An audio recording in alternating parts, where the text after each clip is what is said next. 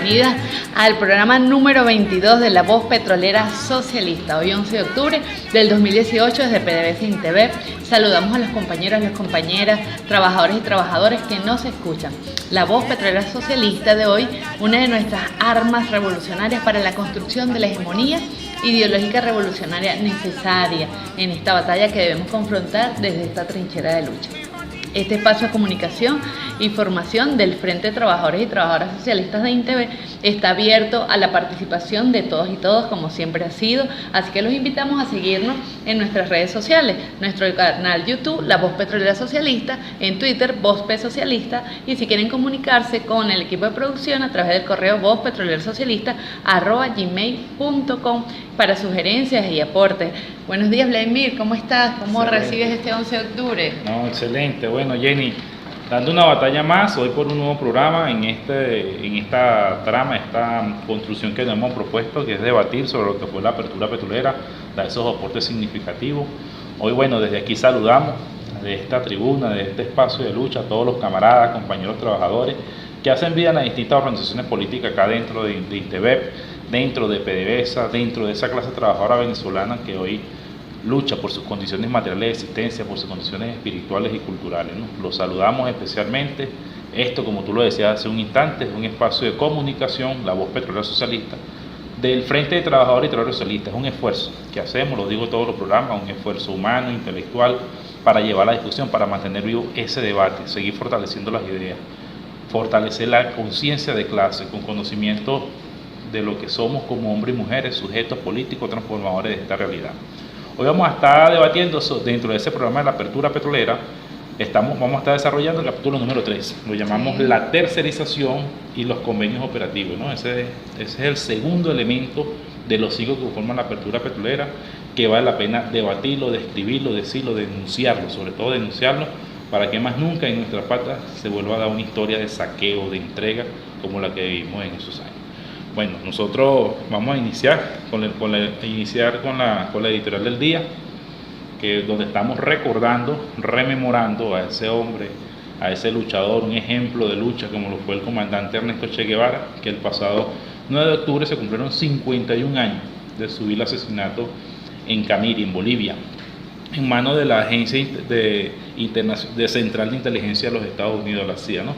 y los militares falones que malgobernaban en Bolivia, ¿no? Entonces, nosotros hemos preparado una reseña corta, breve, que nos gustaría compartirla con ustedes, Jenny, para rememorar pues, lo que fue este compañero, este hermano de lucha, que fue Ernesto Che Guevara. Adelante, Jenny. Ernesto Che Guevara, ¿verdad? Ernesto Che Guevara nos dejaba entre una de sus tantas alocuciones, una muy importante que realizó en la ONU, donde nos decía: he nacido en la Argentina, no es un secreto para nadie, soy cubano y también soy argentino. Y si no se ofenden las ilustrísimas señorías de Latinoamérica, me siento tan patriota de Latinoamérica, de cualquier país de Latinoamérica, como el que más, y en el momento en que fuera necesario, estaría dispuesto a entregar mi vida por la liberación de cualquiera de los países de Latinoamérica, sin pedirle nada a nadie, sin exigir nada, sin explotar a nadie.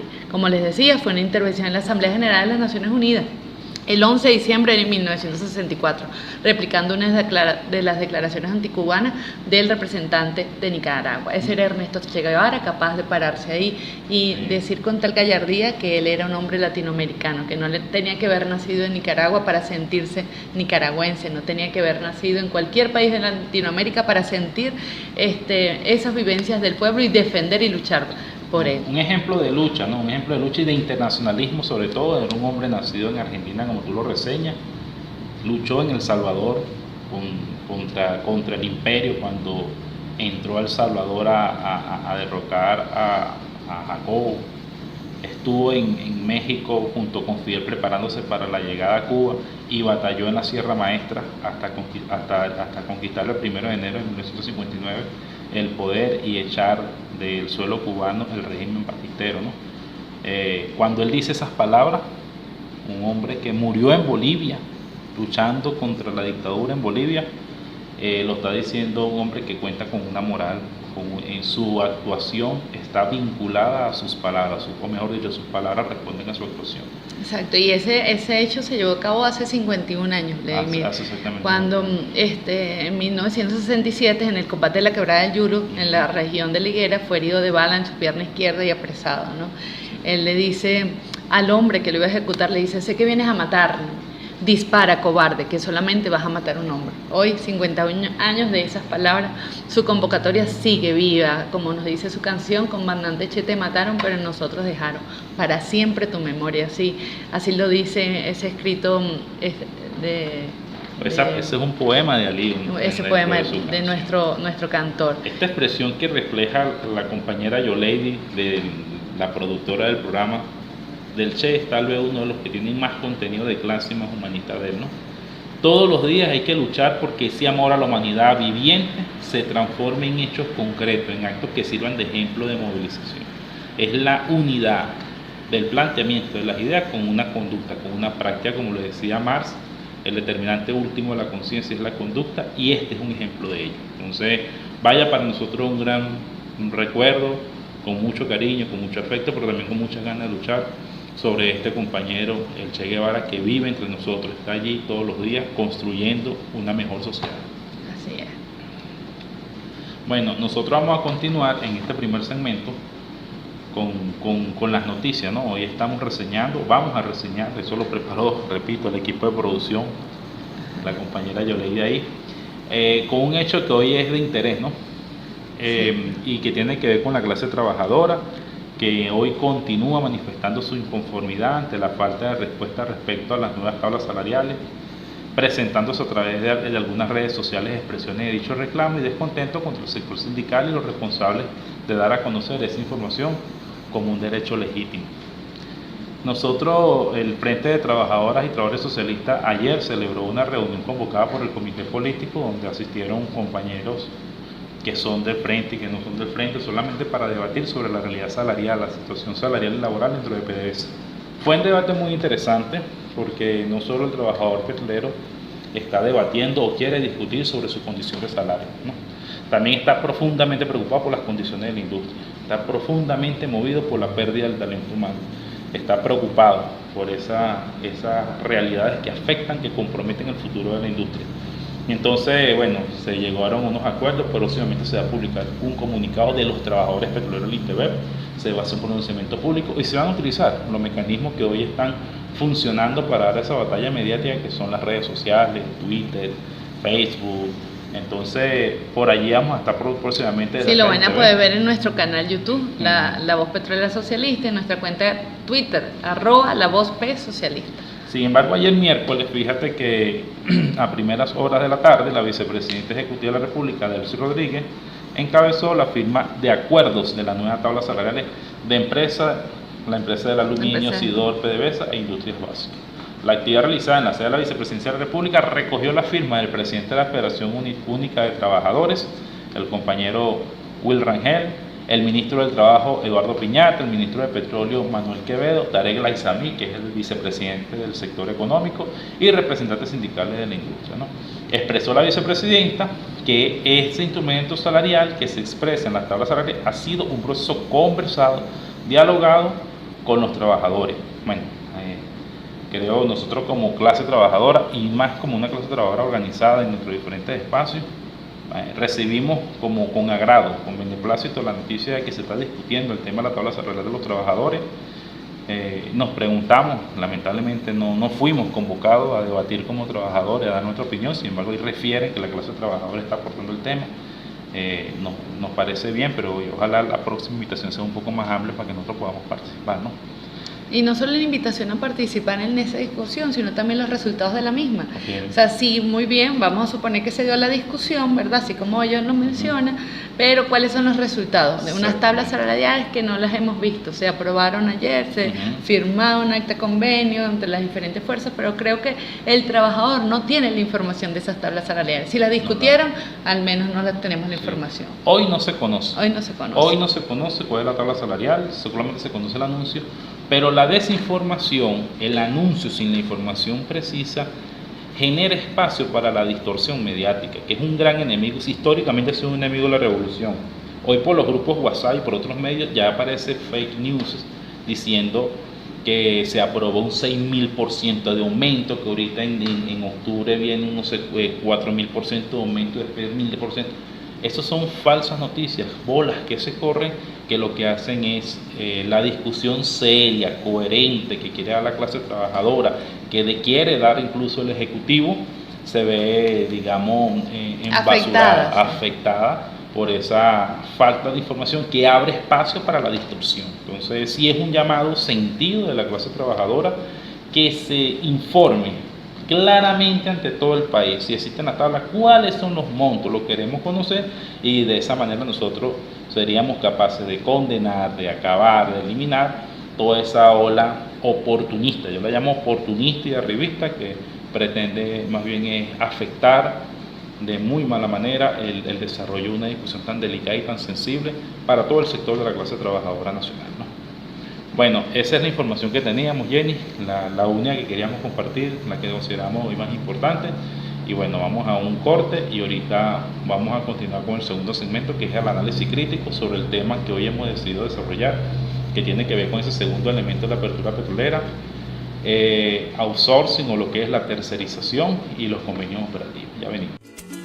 Saca la miel con la tuña, contésteme la tercera si respondió la segunda y mi Katy anduvo tanta sabana sin dormir. Continuamos en este segundo segmento de La Voz Petrolera Socialista y le queremos invitar a que nos sigan en nuestras redes sociales, nuestro canal YouTube, La Voz Petrolera Socialista, y nuestra cuenta Twitter, @LaVozP Socialista. Y si tienen también algún comentario y aporte que darnos, a nuestro equipo de producción encabezado por la compañera Yoleide Hernández, nos escriben a nuestro correo lavozpetrolerasocialista@gmail.com. No queríamos continuar en este segundo capítulo, que es el análisis crítico, sin antes no mencionar o dar un aporte con respecto a la no satanización de la lucha legítima que ha venido dando los trabajadores y trabajadoras en función de su salario, ¿verdad? Esta clase trabajadora comprometida, chavista, revolucionaria, que rescató esa empresa, la empresa petrolera en el 2002 y 2003, que estaba restiado con esta nueva PDVSA, está dando una batalla también, una lucha por la dignificación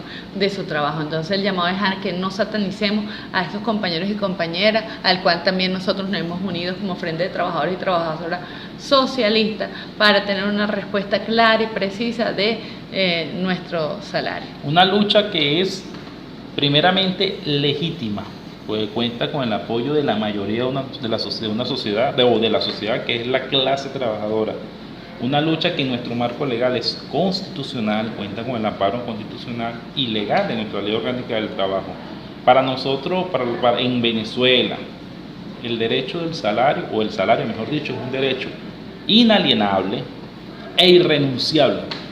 Con esas dos categorías contundentes es considerado el salario en nuestro marco legal. Por lo tanto, nosotros como clase trabajadora, cuando decidimos abordar este debate por la defensa del salario, es una lucha legítima, constitucional, legal, no solamente la clase trabajadora petrolera, pero también tenemos que abogar no solo porque no satanicen la lucha, sino porque se abran los espacios. Ahí está el sector campesino haciendo un justo reclamo, los compañeros del metro de Caracas, los compañeros de electricidad de Caracas, los compañeros de CanTV. O sea, hay sectores de la clase trabajadora que están asumiendo la defensa del salario, que creemos que es una lucha justa, digna, dignificante y moralizante. Sí, bueno, entonces de esta manera sí continuamos con este capítulo, este segmento número 2 de nuestro programa, ¿verdad? El que hemos dedicado hoy a continuar con la apertura petrolera, hablar de la apertura petrolera, esa nefasta apertura petrolera, y abordar el segundo elemento, como muy bien ya lo mencionabas, que es la tercerización y los convenios operativos.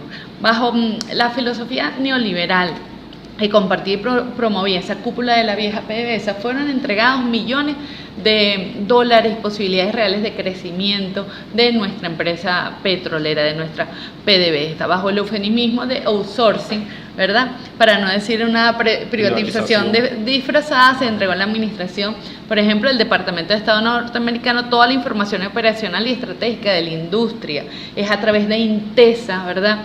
Un consorcio creado por PDVSA y una transnacional, la Science Application International Corporation, que tenía, a la que le dimos, ¿verdad?, el control de todas nuestras operaciones, el control de la información geológica de nuestros pozos, el control de la información de nuestros empleados, de información de vital importancia para la continua operación de nuestra industria, fue entregada a empresas extranjeras. Y que fue utilizada en pleno sabotaje esa nefasta asociación que hizo PDVSA, que llamó Intesa, que es una de los cánceres, de esos tumores que nacieron en esa apertura petrolera, en ese ejercicio de outsourcing.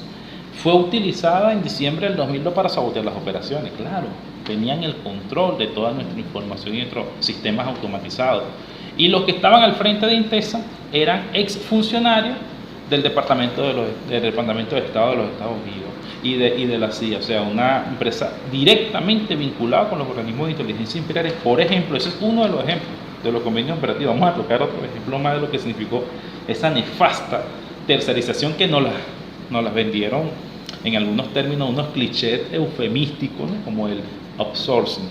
Sonaba las disfrazaron, en muchos casos también las disfrazaron, esos convenios los disfrazaron como que venían a cubrir operaciones de servicios que no eran conexos al servicio medular de la empresa, y por lo tanto eran, en nuestra Constitución ya se hablaba de que de la no privatización de nuestros recursos, pero disfrazaron estos convenios como que eran convenios de servicios, de actividades conexas y no eran medulares. Entonces, en ese sentido, otorgamos más de 500.000 barriles diarios de producción a estos. Se privatizaron 500.000 barriles porque la ley de hidrocarburos, la famosa LOREICH, la ley orgánica que reservaba al Estado la administración y explotación de los recursos naturales, a pesar que en el artículo 5, ese famoso artículo 5 que Carlos Andrés lo dejó abierto por las presiones de las transnacionales, pero que permitía la participación de las transnacionales en las actividades primarias de la industria, a pesar de eso, que se podía violar el derecho del Estado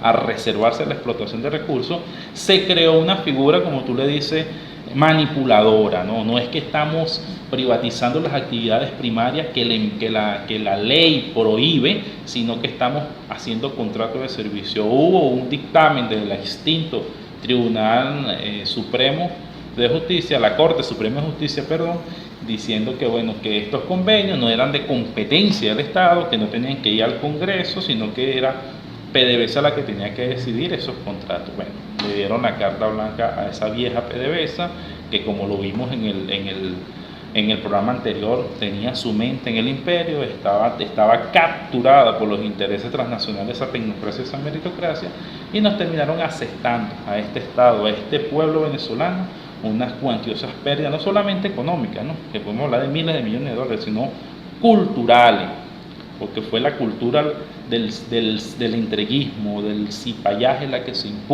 nos impuso y quedó ahí marcada para nuestra historia. Un ejemplo muy claro de estos convenios operativos es que entregamos por ejemplo, el campo Buscán en el estado Zulia, lo entregamos completamente a un convenio operativo porque producía 80.000 barriles diarios y esto era una producción marginal. 80.000 barriles diarios. 80.000 barriles diarios lo definieron como una actividad conexa, Vladimir. No, y no solo eso, que como lo definieron como un campo marginal, PDVSA pagó y se dio vuelto ellos mismos definieron eso como actividad, hicieron una adjudicación directa del campo, ni siquiera salió una licitación.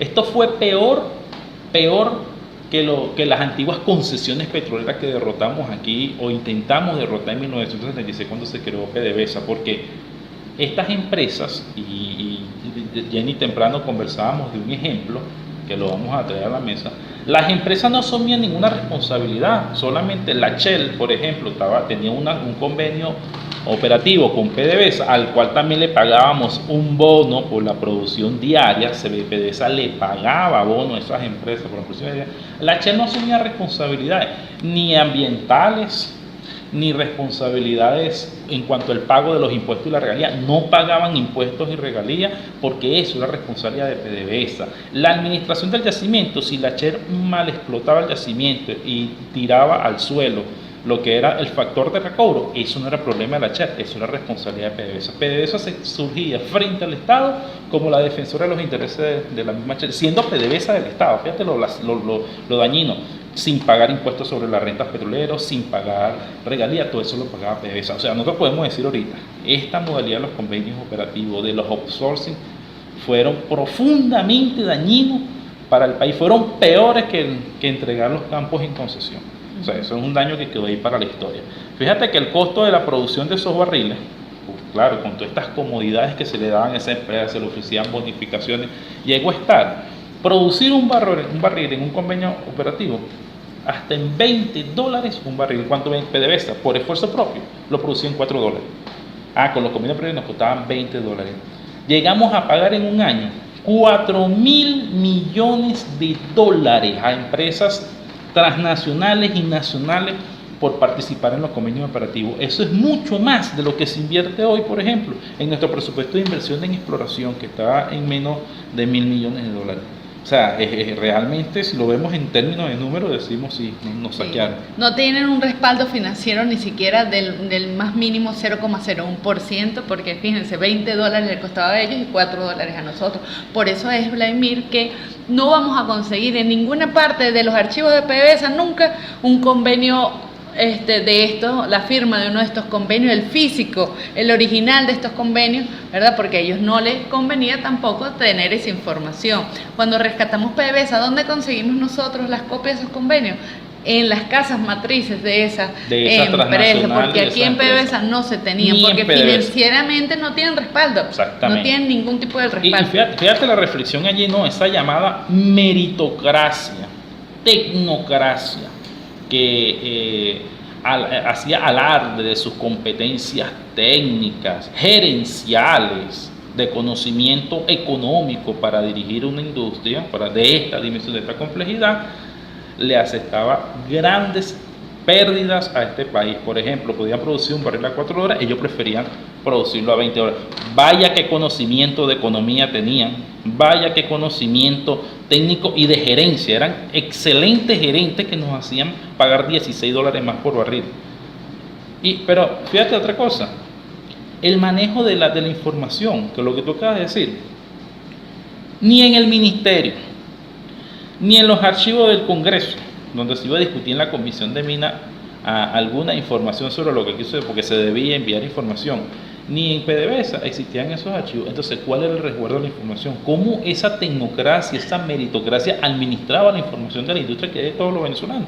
Vaya que irresponsables eran también. Era un Estado dentro del Estado. Era un Estado dentro del Estado, pero un Estado lascivo. Sí, sin embargo, en el rescate de PDVSA, Chávez, nuestro comandante, nuestro Chávez, entendiendo el tema petrolero, entendiendo que PDVSA y Venezuela debe tener una soberanía petrolera, en enero del 2006 todos estos convenios operativos pasan a empresas mixtas, donde PDVSA, donde el Estado tiene el 60% accionario de estas empresas, es decir, se reserva el derecho de la mayoría de las acciones, ¿verdad?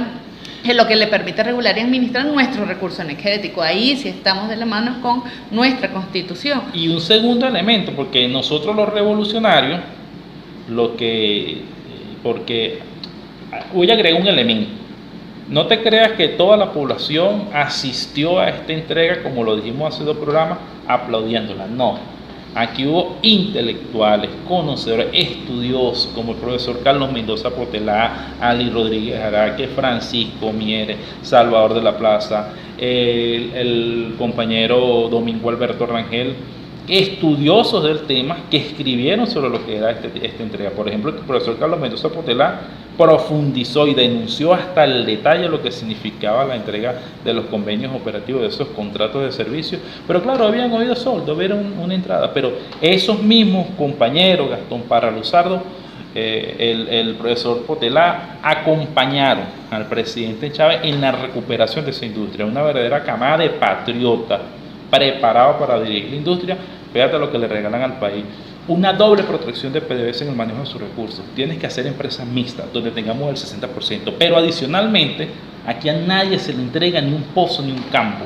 Eso es de la administración del Estado. Se lo asegura el Estado y se lo asegura PDVSA dentro de la relación, garantizando un 60% mínimo de participación. Ni tampoco vamos a pagar incentivos porque produzca nuestro campo, nuestro recurso, ¿verdad? Antes lo explotaban, lo producían, ¿verdad? Tenían unas ganancias exorbitantes y además teníamos que darles incentivos. Pues ahora no se le da. Y esa empresa mixta donde uno de los accionistas es PDVSA, tiene que pagar impuestos sobre la renta, tiene que pagar impuestos sobre los precios, cuando el barril está por encima de los $100, tiene que pagar regalías, tiene que pagar todo el régimen fiscal impuesto por el Estado venezolano en igualdad de condiciones. Exacto. O sea, fíjese, hay una gran diferencia en cómo la política petrolera de Chávez, la política de plena soberanía petrolera, recupera para los venezolanos el manejo del negocio. Pudiéramos decir lo que sea, porque yo he escuchado algunos ideólogos de la derecha o estos que pretenden seguir manipulando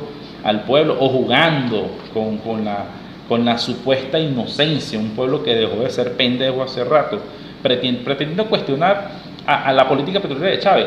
600 mil millones de dólares entraron en este país en 10 años. Fue producto de estas decisiones, fue producto de la derrota de esos convenios operativos, y vamos a hablar de las asociaciones estratégicas y vamos a hablar de la internacionalización. ¿Cómo revertimos eso? Y eso le trajo a este país más de 600 mil millones de dólares en 10 años que se construyeron, se convirtieron en CDI, en vivienda, en educación, en salud, en ciencia, en arte, en cultura.